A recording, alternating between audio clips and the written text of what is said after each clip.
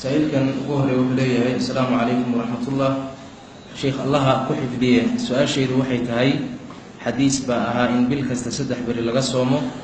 marka xilli kasta oo ay suuro gasho bisha gudaheeda saddexda bari ma ka soomi karaa ise waxaan ilaalinayaa saddexda cisho xadiis ku tilmaamay oo ayaan walbiidka ku celsho sheekh su'aasheedu waxay tahay xadiis ba ahaa in bil kasta saddex bari la soomo marka xilli kasta oo ay suuro gasho bisha gudaheeda saddex bari ma ka soomi karaa bismillahir rahmanir rahim bil kasta saddexda bariye laga soomayo adiga ama xagga hore ka soon ama dhexda ka soon ama aakhirka ka soon saddex bariye oo bisha kamida inaad soonto